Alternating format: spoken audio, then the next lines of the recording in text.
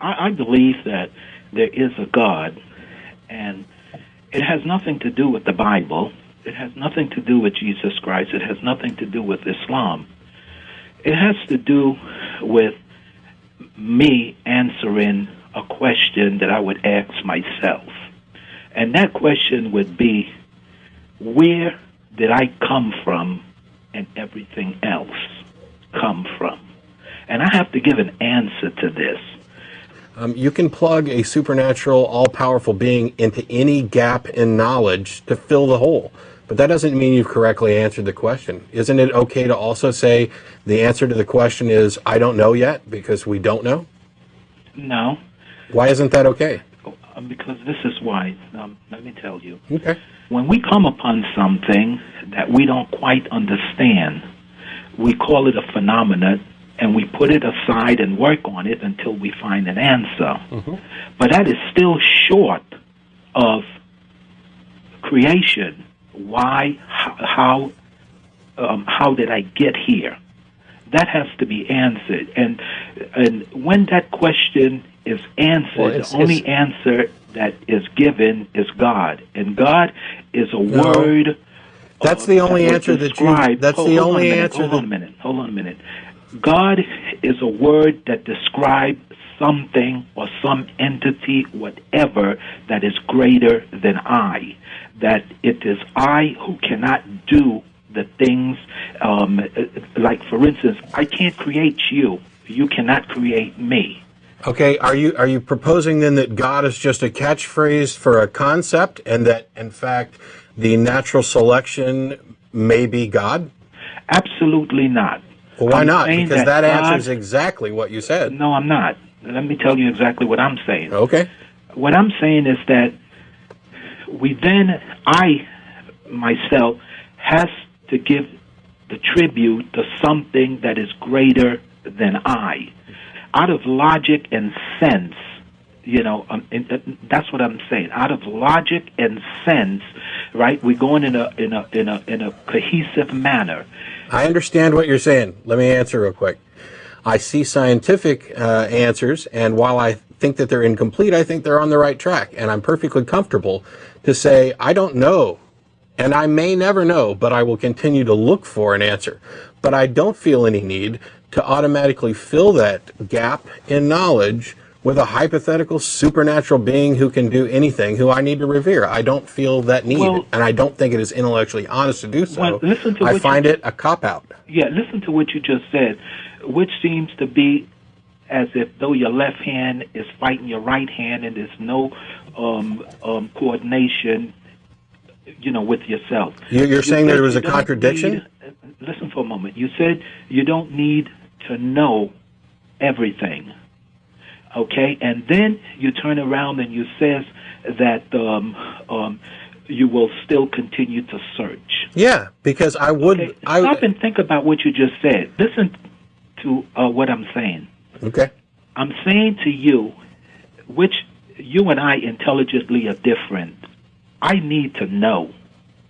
You don't need to know. You need to know, and you're willing to fill in the hole with anything at all, even if it might be wrong? I'm not. I'm making sense with you. I'm saying to you, I need to know. So it's a difference between you and I accept the difference because you clearly state to me you don't need to know. But I need to know because, I love intelligence. Well, it's a fine question, and it's worth answering. What I'm saying to you is this. I have to answer the question, where did I come from? Like, for instance, you go to a doctor who has studied, and you might ask him a question, how does the blood works in the body? And they'll say, after studying, they'll say, well, the blood carries oxygen, the different tissues need the oxygen, and this is how it works, and they exchanged it. So they're explaining to you. Mm-hmm, okay, right. An understanding of what is actually happening before them, physically happening.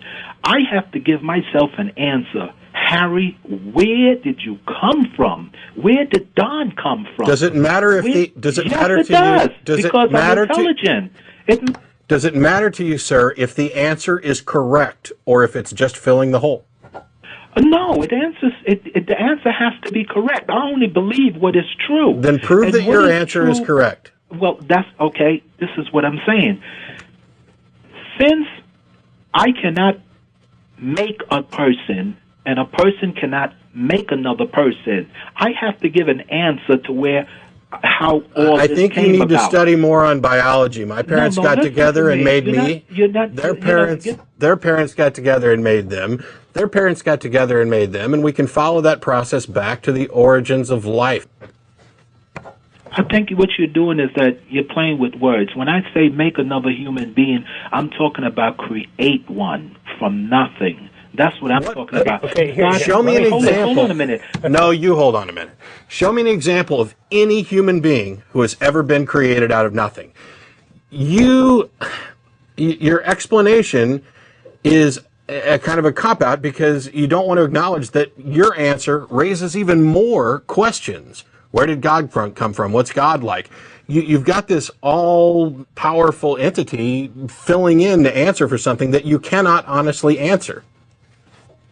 Yes, I can answer. I'm saying to you, I have to answer the question, where did I come from? Okay? From the very beginning, not the chicken and the egg stuff.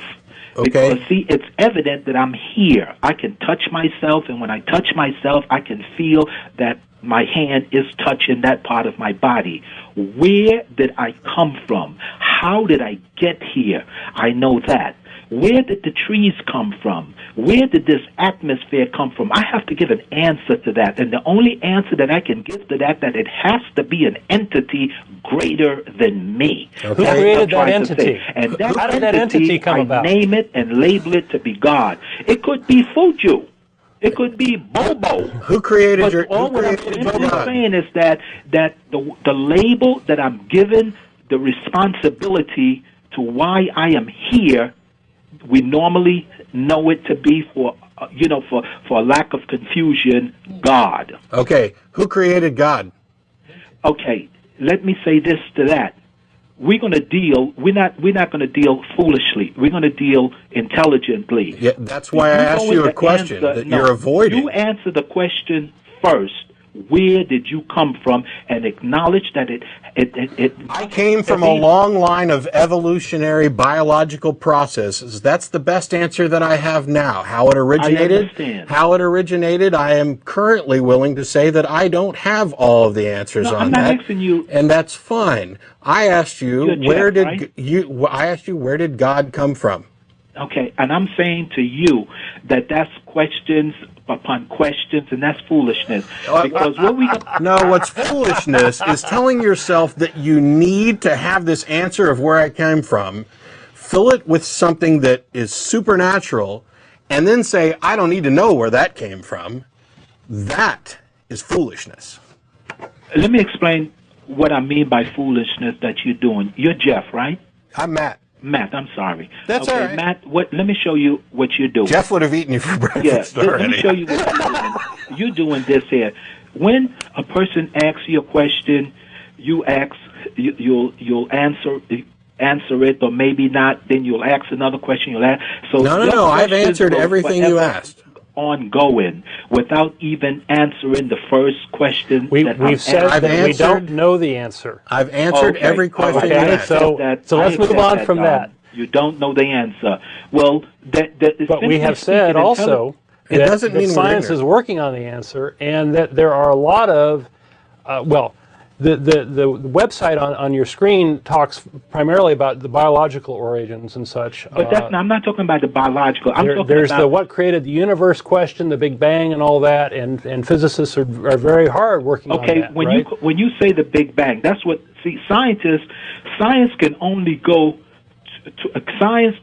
explain the function of what's already here, and when they are asked to go beyond that, because science is physical, and I accept science. I love science. Mm-hmm. Then they will say a Big Bang, but we know you can't have I've heard someone make an example that you got a bunch of metal in a junkyard, and all of a sudden you get an explosion, and then when the explosion is over, you got a 747 ready to fly. No, that's ridiculous, because that 747 was put together with some sort of intelligent design, just as we were. It is not right to believe what is not right. Okay. You must believe what is right. Prove what you believe is correct. I just told you, I am here. Okay, you're saying that it's a first cause argument. You're saying that because you exist, God must exist. Because I exist, the trees exist, the oxygen I breathe, and then I exchange carbon dioxide. The plants uses that. I sit back and my little brain, it's not very much, tells me that there's something intelligent about this here. And I didn't do it. I didn't do it. Neither did we disagree. You. Neither did Adam do it, the first man. And I'm just saying, because I'm not going into the Bible like I'm saying, I want to express that God is here despite Jesus, despite the Bible, despite the Holy Quran, despite the Jews and the Hishnahs and whatever. God is here because I see the evidence of it. And what I mean by that is that I cannot do it. So I must attribute its existence to something else greater than I, and I label that to be God. This is a leap you've made, right? This is no, that's not a leap. The trees are here. The trees are here. You know a pecan tree exists. There is an answer to your question. We just don't know what the answer is. He's arguing for this kind of transcendent God is nature. God, it doesn't. We don't have to define it as a being. We're just defining God as the first cause. God is, because we look around and we don't know. We can't come up with an explanation. We don't know. It must have been God, and that's. You can say all day long that that's not the God of the gaps theory, but it is 100% God of the gaps. You're saying, woo, it's nice that the scientists are working on real explanations to this, but they're not done, or I don't buy it, or I just don't get it. But you'll trust science for everything except this one question, in which that case you will fill in God. And then you'll stop asking questions at that point about the nature of God, about where God come from. Because as soon as you start doing that, your God that answers all of your questions begins to break down. Now, when we ask you for proof, you say you exist. Your existence, no matter how much you claim it is not definitive proof that a God exists. That would be like saying, prove to me a God exists, and you say God exists because I say God exists. It's not a proof. It may be acceptable to you. I have higher standards of evidence. No, what I'm saying is that God exists because I am the evidence of it. Like, for example, if I come upon a house made of wood and it's all to the ground and it's charred and and it's ashes, it's evident to me even if I didn't see the... This is the same as the watchmaker analogy. You're talking about something where you come across a watch on a beach or a house in the woods and you can look at it and immediately know design. Therefore, it must have had a designer. It's not a good analogy. It's not proper, and this is nothing new that you're saying at all.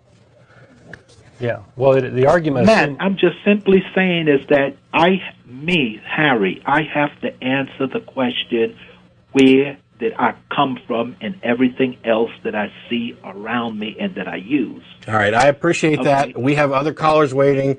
I don't want to keep taking up time on this one. Okay. We're not going to see eye to eye on this. I'd like to see you guys. I will say and continue this. I will say that I perfectly respect your right to hold that belief if you want to. And I understand that this is a personal belief where you've come to this decision and it works for you. But my standards of evidence are a little bit higher than just saying, well, I think I'll fill it in with God.